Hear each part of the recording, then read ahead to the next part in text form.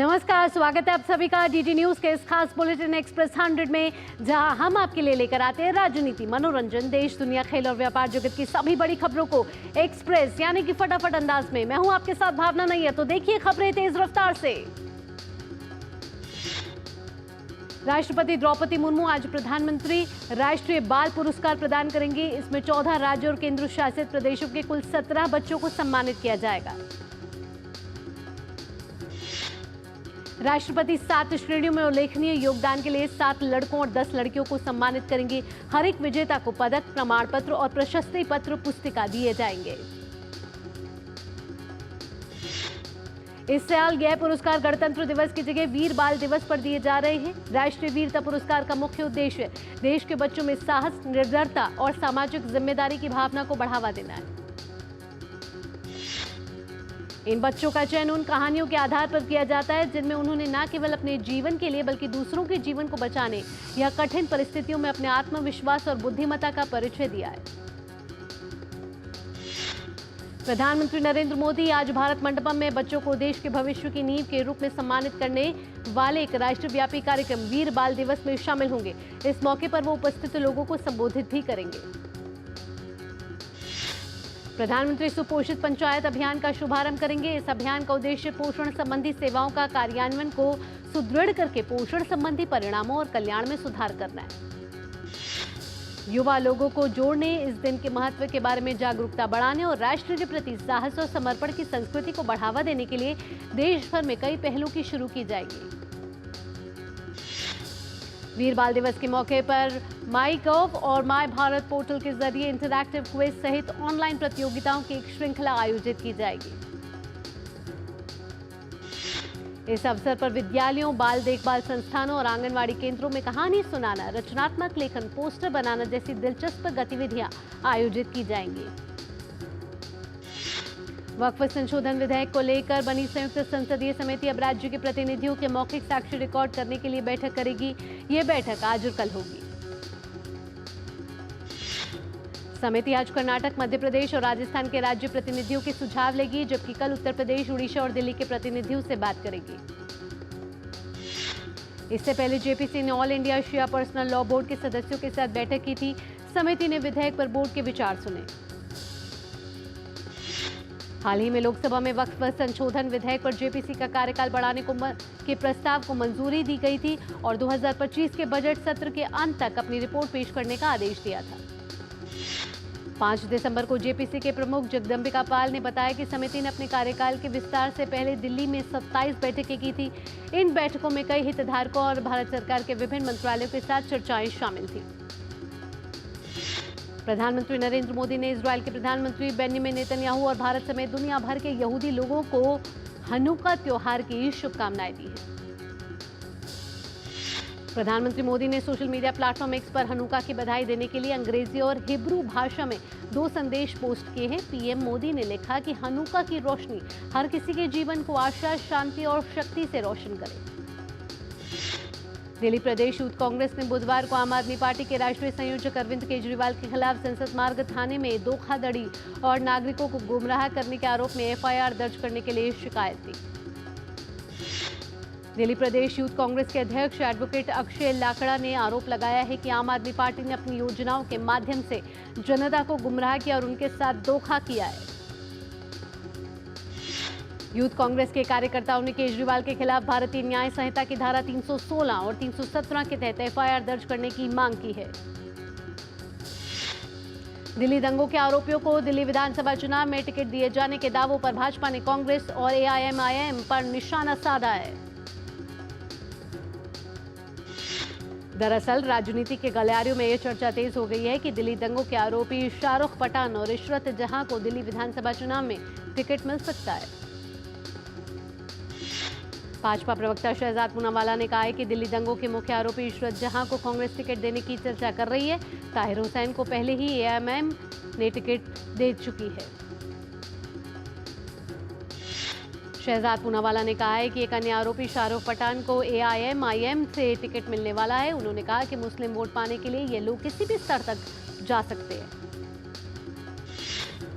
बिहार के मुख्यमंत्री नीतीश कुमार प्रगति यात्रा पे है। मुख्यमंत्री आज शिवहर और सीतामढ़ी जाएंगे। सीतामढ़ी में वो रीगा चीनी मिल का शुभारंभ करेंगे। संभल में चल रहे एएसआई के सर्वे में धार्मिक और ऐतिहासिक नगरी की पुरानी विरासत सामने आ रही है। भारतीय पुरातत्व विभाग के संरक्षण में खंडर हो चुके फिरोजपुर का किला, तोता मैना का कब्र, पृथ्वीराज चौहान की खंडर हो चुकी बावड़ी को संरक्षित करने की दिशा में काम शुरू हो चुका है।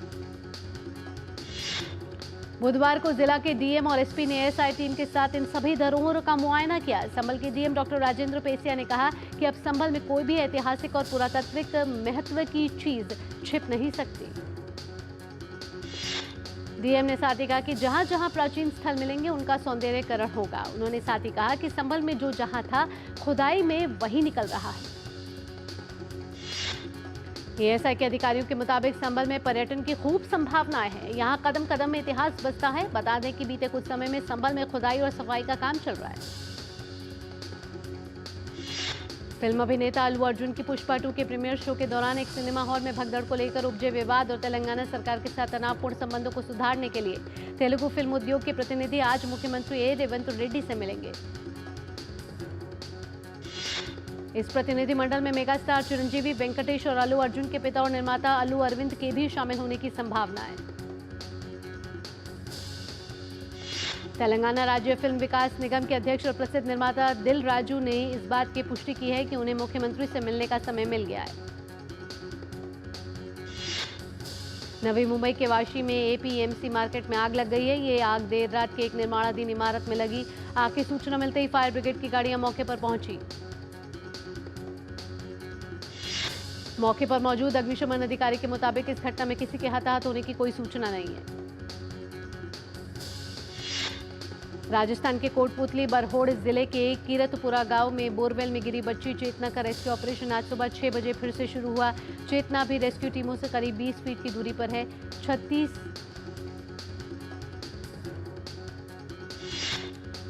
3 दिन से एसडीआरएफ और एनडीआरएफ की टीमें स्थानीय प्रशासन के साथ मिलकर बचाव अभियान में जुटी हुई हैं। इसके साथ ही रैक माइनर्स की टीम भी इस बचाव अभियान से जुड़ चुकी है।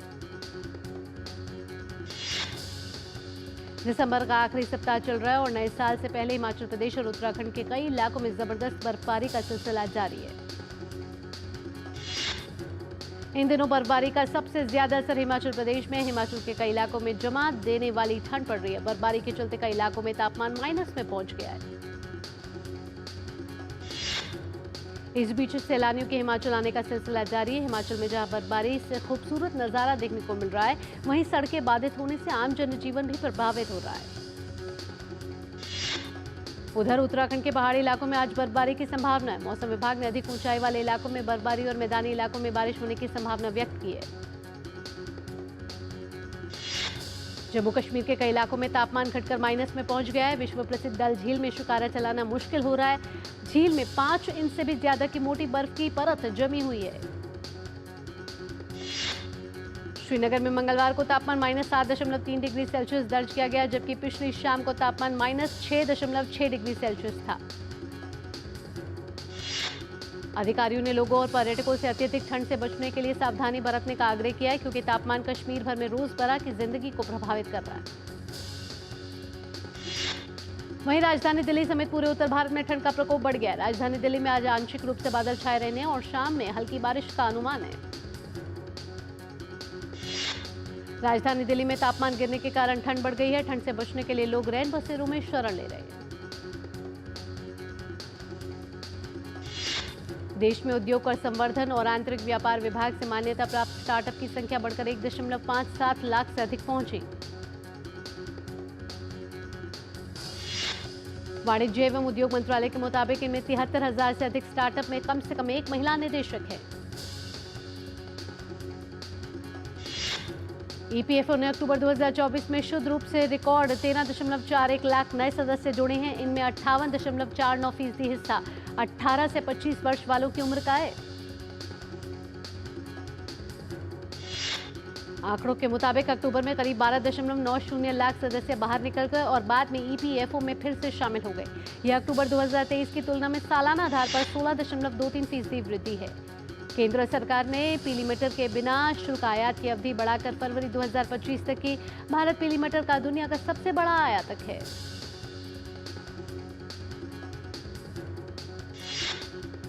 एक्सप्रेस 100 में वक्त हो चला एक छोटे से ब्रेक का। ब्रेक के बाद भी रफ्तार भरी खबरों के सिलसिले को रखेंगे जारी।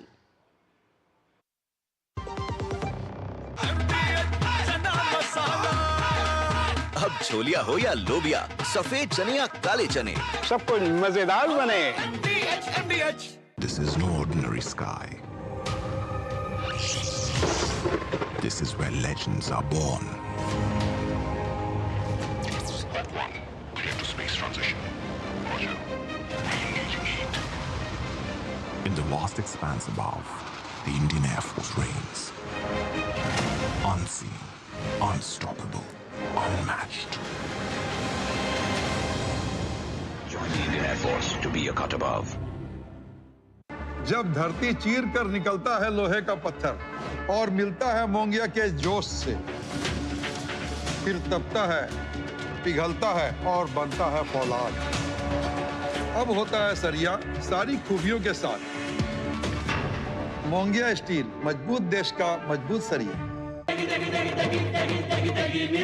MDH की देगी मिर्च, देगी मिर्च का तड़का, अंग अंग फड़का। MDH की देगी मिर्च।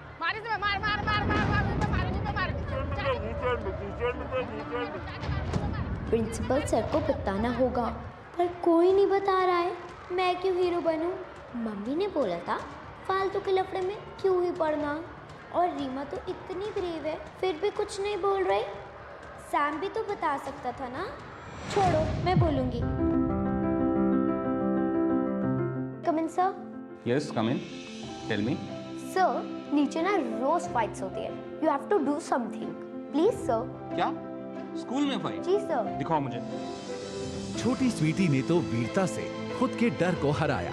आइए इस वीर बाल दिवस 26 दिसंबर 2024 को ऐसे अनगिनत बच्चों का हौसला बढ़ाते हैं। इस दिन प्रधानमंत्री जी प्रधानमंत्री राष्ट्रीय बाल पुरस्कार पाने वाले बच्चों से संवाद करेंगे, देश भर के बच्चों को संबोधित करेंगे और सुपोषित ग्राम पंचायत अभियान का शुभारंभ भी करेंगे।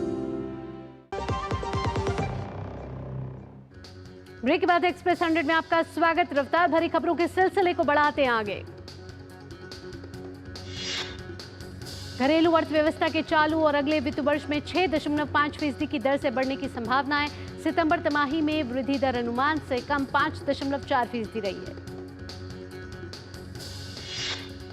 EY ने एक रिपोर्ट में कहा है कि निजी निवेश की मांग में तेजी नहीं आई है। सरकारी निवेश की वृद्धि भी नकारात्मक रही है। रियल एस्टेट सेवा फर्म JLL ने एक रिपोर्ट में यह दावा किया है कि आवासीय बाजार में तेजी से 2030 तक नए मकान खरीदारों में मिलेनियल्स और जनरेशनल जेड की हिस्सेदारी 60% होगी। रिपोर्ट के अनुसार शहरी क्षेत्रों में मकानों का मालिकाना औसत 2025 तक बढ़कर 72% पहुंच जाएगा, जो 2020 में 65% रहा था। 2023 की तुलना में कार्यबल में महिलाओं की भागीदारी 20% बढ़ी। इस साल नौकरी के लिए महिलाओं के लिए 2.8 करोड़ आवेदन किए गए। भारत में असंगठित क्षेत्र में एक साल में 1 करोड़ से अधिक रोजगार बढ़ा है। 10% की वृद्धि दर्ज किए जाने के बाद अब इस क्षेत्र में 12 करोड़ से अधिक लोग काम कर रहे हैं। पर्यटन मंत्रालय के आंकड़ों के मुताबिक 2023 में भारत में करीब 1.89 करोड़ विदेशी पर्यटक आए। इन पर्यटकों के माध्यम से सरकार को करीब 2.32 लाख करोड़ रुपए की विदेशी मुद्रा आय प्राप्त हुई। पर्यटन मंत्रालय ने कहा कि 2024-25 के बजट में वैश्विक स्तर पर प्रतिष्ठित पर्यटन केंद्रों के विकास को लेकर 23 राज्यों को 40 परियोजनाओं के लिए 3,295.76 करोड़ रुपए की राशि मंजूर की गई है। रिजर्व बैंक की एक ताजा रिपोर्ट में मनरेगा में काम मांगे जाने की रफ्तार में गिरावट आने का किया गया है दावा। इसकी एक वजह रबी फसलों की बुवाई बताई गई। आरबीआई के मुताबिक अक्टूबर में के मुकाबले नवंबर 2024 में मनरेगा के तहत काम मांगने वालों की संख्या में 8.2% का उछाल देखा गया। पिछले साल नवंबर के मुकाबले में यह 3.2% ज्यादा रहा। NFRA ने वित्त वर्ष 2018-19 और वित्त वर्ष 2019-20 के दौरान ZEEL के ऑडिट में खामियों के लिए डेलाइट, हॉस्किंस एंड सेल्स पर 2 करोड़ रुपए का जुर्माना लगाया। इरडा की एक रिपोर्ट के अनुसार बीमा क्लेम देने में सरकारी कंपनियां सबसे आगे हैं। रिपोर्ट के मुताबिक सरकारी कंपनियों का क्लेम 100 रुपए के प्रीमियम के एवज में 90 रुपए से अधिक रहा है। ओला इलेक्ट्रिक ने देश भर में 4000 स्टोर तक अपने नेटवर्क का विस्तार कर लिया है। ये मौजूदा नेटवर्क की तुलना में 4 गुना वृद्धि है। भारतीय टेलीकॉम इंडस्ट्री की आय बीते 5 वर्षों में हुई दोगुनी। मोतीलाल ओसवाल की रिपोर्ट के मुताबिक टेलीकॉम इंडस्ट्री की आय वित्त वर्ष 2025 की जुलाई-सितंबर अवधि में तिमाही आधार पर 8% और सालाना आधार पर 13% बढ़कर 674 अरब रुपए रही है। भारत के इलेक्ट्रॉनिकी निर्यात को स्मार्टफोन से रफ्तार मिली है। चालू वित्त वर्ष में निर्यात 28% बढ़कर अप्रैल से नवंबर की अवधि में 22.5 अरब डॉलर यानी कि 1,92,000 करोड़ रुपए से अधिक हो गया है। मोजाम्बिक की राजधानी में जेल के अंदर एक दंगे में लगभग 33 लोग मारे गए और 15 लोग घायल हो गए, जबकि 1500 से अधिक कैदी भाग गए। Police general commander Bernardino Rafael ने कहा है कि मापुटो की जेल से भागे कैदियों में से 150 को दोबारा पकड़ लिया गया है। पोप फ्रांसिस ने अपने क्रिसमस संदेश में यूक्रेन और रूस के बीच वार्ता का आह्वान किया ताकि 2 साल पहले शुरू हुए युद्ध को बंद किया जा सके। इस युद्ध में हजारों लोग मारे गए हैं। क्रिसमस के दिन अपने संबोधन में फ्रांसिस ने यूक्रेन संघर्ष का सीधे तौर पर उल्लेख किया और बातचीत के लिए दरवाजा खोलने के लिए आवश्यक साहस का आह्वान किया। सेंट पीटर बैसिलिका की केंद्रीय बालकनी से नीचे चौक में हजारों लोगों को संबोधित करते हुए पोप ने कहा कि युद्धग्रस्त यूक्रेन में हथियारों की आवाज को शांत किया जा सकता है। उन्होंने न्यायपूर्ण और स्थायी शांति प्राप्त करने के लिए बातचीत और मुठभेड़ के इशारों का भी आह्वान किया। यूक्रेन के राष्ट्रपति वोलोदिमीर ज़ेलेंस्की ने क्रिसमस के मौके पर रूस द्वारा पावर ग्रिड पर किए गए मिसाइल और ड्रोन हमले को अमानवीय बताया है और इसकी कड़ी निंदा की है। यूक्रेनी राष्ट्रपति वोलोदिमीर ज़ेलेंस्की ने कहा है कि रूस की तरफ से हमले में 70 से ज्यादा मिसाइलों का इस्तेमाल किया गया और पुतिन ने जानबूझकर क्रिसमस के दिन इस हमले को किया। हमले के चलते कई क्षेत्रों में बिजली गुल है। कजाकिस्तान में दुर्घटनाग्रस्त हुए विमान में मरने वालों की संख्या बढ़कर 38 हो गई है। उप प्रधानमंत्री कनात बोजुम्बायेव ने अजरबैजान के अधिकारियों के साथ बैठक के दौरान मृतकों की संख्या का खुलासा किया। अधिकारियों ने बताया कि विमान ने अजरबैजान की राजधानी बाकू से रूस के शहर ग्रोन्जी के लिए उड़ान भरी थी। मंत्रालय ने बताया कि 2 बच्चों समेत कुल 29 लोग अस्पताल में भर्ती हैं। भारत और ऑस्ट्रेलिया के बीच मेलबर्न में बॉर्डर गावस्कर ट्रॉफी का चौथा टेस्ट मैच खेला जा रहा है। ऑस्ट्रेलिया के कप्तान पैट कमिंस ने टॉस जीतकर पहले बल्लेबाजी करने का फैसला किया। मेलबर्न क्रिकेट ग्राउंड पर खेले जा रहे चौथे टेस्ट की पहली पारी में ऑस्ट्रेलिया ने सधी हुई शुरुआत के साथ आगाज किया। 5 टेस्ट मैच की सीरीज में अभी दोनों टीमें 1-1 की बराबरी पर हैं। ऑस्ट्रेलिया के सैम कॉन्सन्टास ने अपने डेब्यू मैच में अर्धशतक जड़ा। सैम कॉन्सन्टास ने 60 रन की पारी खेली। मेलबर्न टेस्ट की पहली पारी में रविंद्र जडेजा ने भारत को पहली सफलता दिलाई। रविंद्र जडेजा ने सैम कॉन्सन्टास को आउट किया। भारतीय कप्तान रोहित शर्मा ने टॉस से पहले कहा कि Shubman Gill Boxing Day test में नहीं खेलेंगे और वॉशिंगटन सुंदर को प्लेइंग 11 में जगह मिली है। उन्होंने कहा कि वे शीर्ष क्रम में बल्लेबाजी करेंगे। ऑस्ट्रेलिया के युवा बल्लेबाज सनसनी सैम कॉन्सन्टास ऑस्ट्रेलिया के लिए टेस्ट क्रिकेट में पदार्पण करने वाले चौथे सबसे युवा खिलाड़ी बन गए हैं। उन्होंने 19 वर्ष और 85 दिन की उम्र में पूर्व ऑस्ट्रेलियाई कप्तान मार्क टेलर से बैगी ग्रीन कैप प्राप्त की।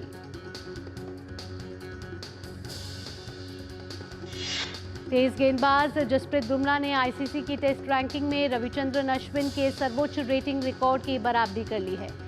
बुमराह के पास मेलबर्न में खेले जा रहे चौथे टेस्ट में इस रिकॉर्ड को तोड़ने का मौका है।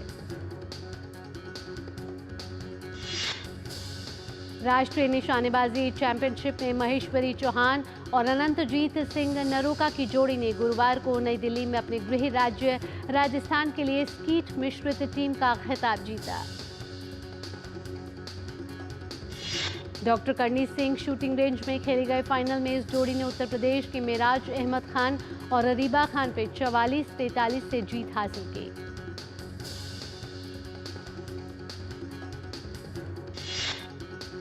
ला लीगा के क्लब वालेंसिया ने बुधवार को कार्लोस कोर्बेरेन को अपना मुख्य कोच नियुक्त किया है। 41 वर्षीय कोर्बेरेन पूर्व कोच रुबेन बाराजा की जगह लेंगे।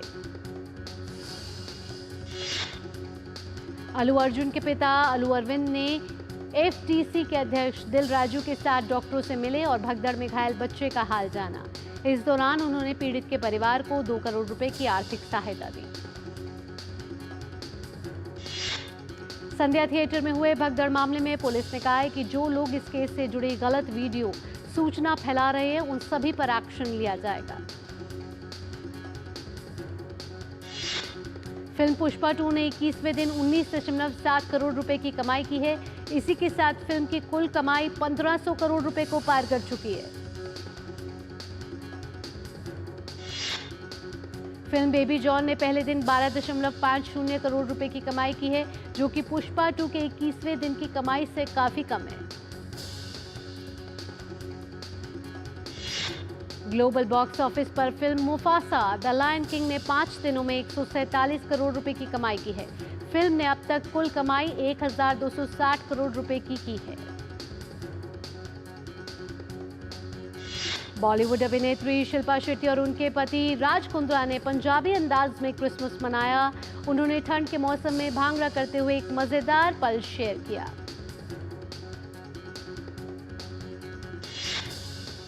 एक्सप्रेस 100 में वक्त हो चला एक चौधरी से और ब्रेक का, जल्द हाजिर होते हैं।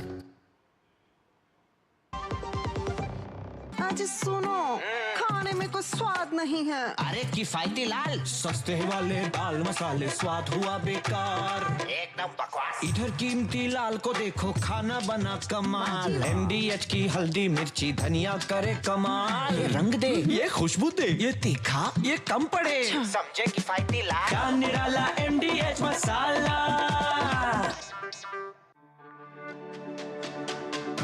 मेरी पसंद, मेरी पसंद,